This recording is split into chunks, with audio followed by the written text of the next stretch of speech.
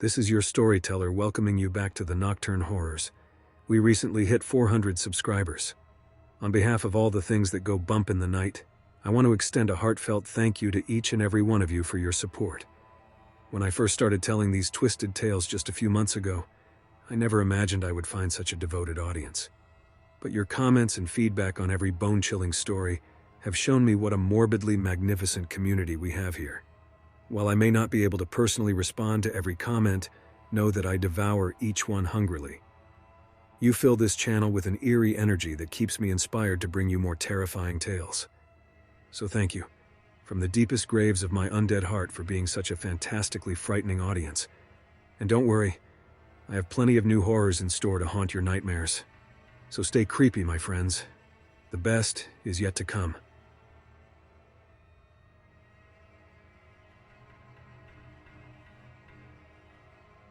It started out so innocently.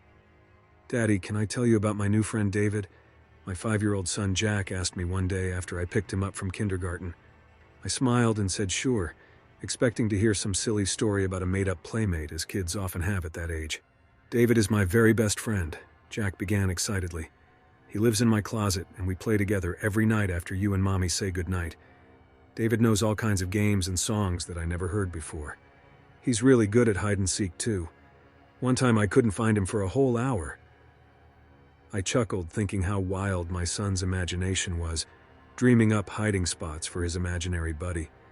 I asked Jack to tell me more about David as we drove home. "He's bigger than me, but not as big as a grown-up. David has dark hair that's always messy, and he wears a striped t-shirt with jeans. We read comic books together under the covers with a flashlight after bedtime. David likes the scary ones best." An odd specificity to his descriptions, I thought to myself. Most make-believe friends tend to be more generic. Still, nothing seemed too out of the ordinary. If the closet companion kept him entertained and out of trouble, what was the harm? Over the next several weeks, Jack talked about his imaginary friend non-stop. David liked this food, but not that. David thought this cartoon was funny, but that one was boring. David could run faster and climb higher on the playground. My wife and I exchanged many knowing glances and bemused smiles over our son's ramblings. It was cute to see him so caught up in fantasy play. One weekend, I decided to go through some old photo albums from my childhood. As I flipped through faded Polaroids and page protectors full of memories decades old, a picture stopped me in my tracks. There I was at age 6 or 7, arm around the shoulders of my imaginary friend David. I had begun to tell my parents about him shortly after starting grade school. My heart froze as I stared wide-eyed at the yellowing photo, recognizing the unruly dark hair and striped shirt of the friend I had dreamt up so long ago. I rifled hurriedly through the other photos, hoping to spot anything that might refute the impossible notion now crowding my mind. But the evidence only mounted. In picture after picture, young me smiled next to the imaginary companion who had kept me company through long days and lonely times. David hid with me behind furniture during games of hide-and-seek. David and I read comic books together under the blanket tent we'd built over my bed. David on the swings at the park. David building block towers in my room. David on my first day of school. Always David, looking exactly as I remembered him from childhood, and precisely as my son now described his own invisible best friend. My rational adult mind reeled against the bizarre impossibility of it all. Like any sane person, I knew imaginary friends were just that, imaginary. Hallucinations of a developing mind, nothing more. There could be no connection between my harmless childhood fantasy and my son's current closet companion. Then how to explain those damned photographs? The proof is undeniable that my so-called make-believe friend had been real enough to show up on film. But no living being could have posed next to me for those pictures besides, what, a ghost? Spirit? I suppressed a shudder at the unnatural implications beginning to take shape. Over the next several days, my imagination ran wild with increasingly terrifying speculation about the true origins of David. I started watching Jack even more closely for any signs of distress regarding his new friend. Mercifully, my son seemed happy and well-adjusted as ever. Maybe it was all just a weird coincidence after all. Two boys separated by generations dreaming up the same imaginary playmate was hardly supernatural.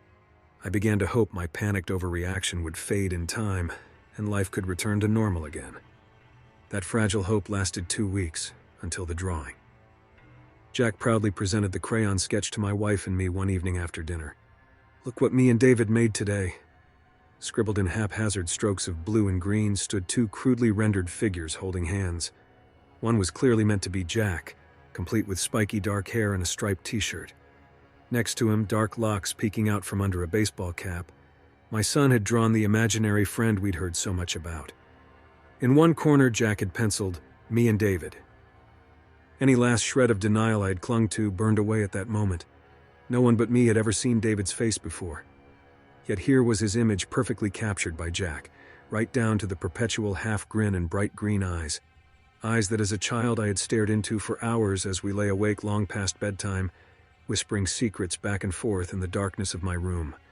Secrets I could never share with my oblivious parents or teachers, but that David had listened to with silent understanding beyond his apparent years. Gazing upon the sketch, I knew with irrefutable certainty my son had not imagined a new friend at all. Somehow, impossibly, he had made contact with a companion from my own childhood, an entity I had eventually outgrown and suppressed from memory, but who had once been more real to me than any of my schoolyard playmates. What was he, and why had he returned to befriend my own son decades later? I began having nightmares soon after, dreams of ghoulish figures lurking in the shadows of my boy's closet, emerging while he slept to leer over him with malevolent intent. I'd jolt awake, heart pounding, only to lie petrified in bed for hours as all the possible horrors at play raced through my mind. Was David an innocent, imaginary spirit my son had managed to conjure up with the power of a child's belief, or something more sinister that had attached itself to my family across time with who knew what motivation? During daylight, my manic thoughts subsided enough to act normal, playing with Jack and exchanging pleasantries with my oblivious wife. But at night, my paranoid imagination returned with a vengeance. I started leaving the lights on outside Jack's room until sunrise, telling myself it was just to make trips to the bathroom easier if he called out. In truth, I began to fear the darkness around my son's door as irrational dread blossomed like black mold within me. Matters escalated a few nights later when I was startled awake by Jack calling for me around 2 a.m. I rushed to his room to find him sitting up in bed, blankets clutched tight around him. "Daddy, I don't want to play with David anymore," he said in a trembling voice. "He gets mad when I say I'm tired and want to stop playing and go to sleep. He yelled at me tonight when I said I was done reading comic books and wanted to go to bed. I told him I was going to call for you, and that made him really mad. His face got all scary and he disappeared into the closet. I'm scared he's going to come back out and shout at me again. I want David to go away. Can you make him go away?" Tears were streaming down my son's face by now. I held him close, whispering words of comfort as icy unease trickled down my spine. Maybe this entity, whatever it was, had seemed harmless when it first showed up, but now its influence was taking a sinister turn. I knew measures had to be taken before things escalated any further. The next day, I told my wife we needed to spend the weekend at her parents' house a few hours away. She was surprised but didn't object when I insisted it was important. We leave that morning. While she packed our bags, I went to the hardware store and purchased several large padlocks. Then I stopped by the office superstore for a stack of paper, markers, and mailing tape. My last stop was the Catholic church in town, where I acquired a bottle of holy water from the rectory, along with pamphlets on blessings and protection prayers. The white-haired priest raised an eyebrow at my request, but provided the items without question. When we returned from the unplanned trip 2 days later, I made sure Jack stayed downstairs with my wife while I took care of business. First, I splashed holy water all around the interior of the closet, reciting the rites and making the sign of the cross as gravely as any clergyman. After that, I used the paper and markers to make signs saying, "Do not enter," and "Keep out," taping them to the closet walls and doors. Finally, I installed the padlocks from the outside so the closet could not be opened. Call it overkill, but I wasn't taking any chances with my son's safety. When I went downstairs, Jack immediately wanted to show me some new coloring pages he had made. I froze in revulsion as I flipped through drawing after drawing clearly depicting the dark-haired figure that had tormented my own childhood. A few showed Jack playing happily with the entity, but most were more disturbing.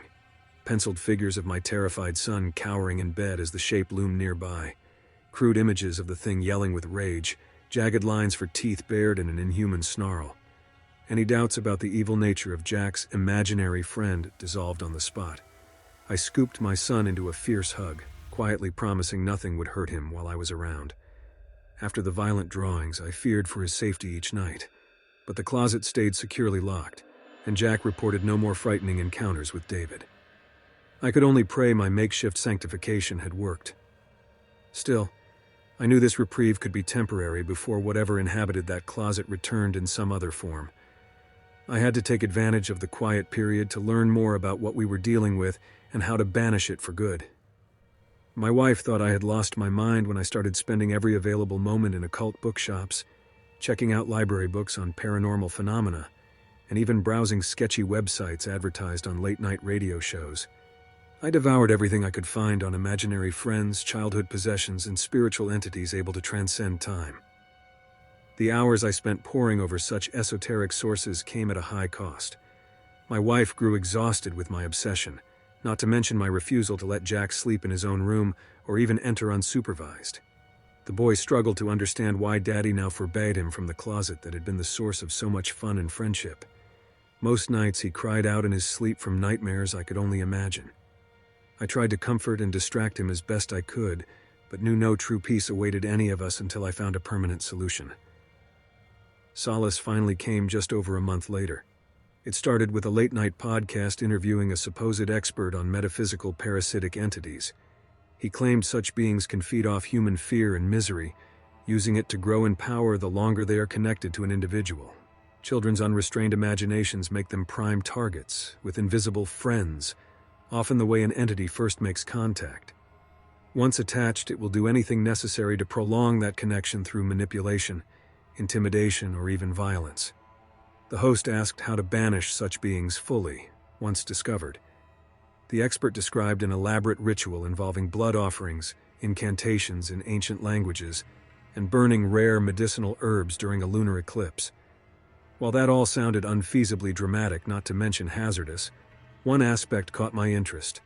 The expert stressed the critical act was to sever all ties from the entity. That meant not only breaking contact, but deliberately forgetting it through repression, denial, and refusal to acknowledge it any further. Easier said than done when dealing with a persistent non-human stalker. But realizing the solution lay in my own mind galvanized me with hope for the first time in weeks. The next day, instead of spending hours online, I focused totally on my son. I told him we were going to play imagination games where we came up with a brand new friend just for him. Jack protested at first until I explained getting a new special buddy didn't mean betraying David. It just meant adding more friends for us all to enjoy. That afternoon we invented Leo, a talking lion who liked telling jokes over pizza and could do backflips on the trampoline. Jack loved thinking up adventures for Leo that night and introducing him to all his stuffed animals. The new friend seemed to satisfy my son's imagination as thoroughly as David once had. Over the next few days, every time Jack mentioned David, I would enthusiastically ask about Leo instead, suggesting new games and activities for them to share. He'd get distracted planning Leo's next visit, and David's name would fade again. Within a week, we had not heard a word about Jack's former friend. I finally acknowledged a grim fact. For whatever reason, David had developed an unnatural and dangerous fixation on my son, possibly out of resentment over being replaced and forgotten. The best hope of protecting Jack was to help him move on and deny the entity any more opportunities to feed on his feelings and fears. My paranoid rituals and occult obsession drew to a gradual close after that. I unpacked the library books, donated the locks, and cleaned out my internet browser history. Jack started sleeping soundly in his untouched bedroom again. His sketches were full of bright lions, not looming shadows. My wife sighed in relief as life settled back into a normal routine at last. In the 2 years since, Jack has never mentioned his disconcerting friend again. At his age, reality and fantasy blur easily. His unchanged joy and imagination show all memory of that eerie companion has faded completely. My son remains unaware of the unsettling drawings once tucked away and long destroyed. Nor does he know the true reason we moved him to a bedroom on the other end of the house shortly after, rather than letting him keep the same one he slept in as a toddler. My wife knows nothing either, and I have no intention of ever telling Jack what really transpired in his closet all those nights. Let the whole bizarre episode remain buried in the past, where I pray it stays this time. Even writing this all down feels cathartic, as if putting the story to paper might banish any lingering power it retains over my psyche. I know my actions will seem insane or paranoid to anyone reading this. You would have to undergo the trauma yourself to understand such extreme measures were justified to protect my family, to confront inexplicable evil masquerading as childish fantasy and no real lives hang in the balance. Even now, I sometimes lie awake, gripped by chilling what-ifs, before forcibly redirecting my thoughts elsewhere. Fortunately, such troubling nights grow fewer and further between. I made my choice and took all possible steps to remove that malignant presence from our lives forever. No sightings have occurred in over 2 years now. Not even the occasional odd noise or misplaced toy to alarm my parental senses. Perhaps we are finally safe. The twisted entity likely realized its efforts were futile here and moved on to other, more vulnerable prey. I tell myself that's the only rational explanation for our uneventful tranquility, because the alternative is too horrific to contemplate. That the human mind has powers even psychology does not understand, including the ability to suppress unpleasant realities. That certain beings can lurk unseen when they wish, patiently waiting for our guard to falter. That the thing we call David never actually left at all, only withdrew deeper into the shadows of imagination and memory to recuperate its waning strength, biding time until my son, or even his own eventual offspring, provides fertile new conduits through which to extend its clutches once more into this world. Until then, I can only keep watch over my family and trust in our apparent deliverance. For the evil we cannot fully recall retains its greatest power, the power to return when least expected. All I can do is remain vigilant against that unseen foe, lest it one day creep forth again from the darkness I forever glimpse looming behind our eyes.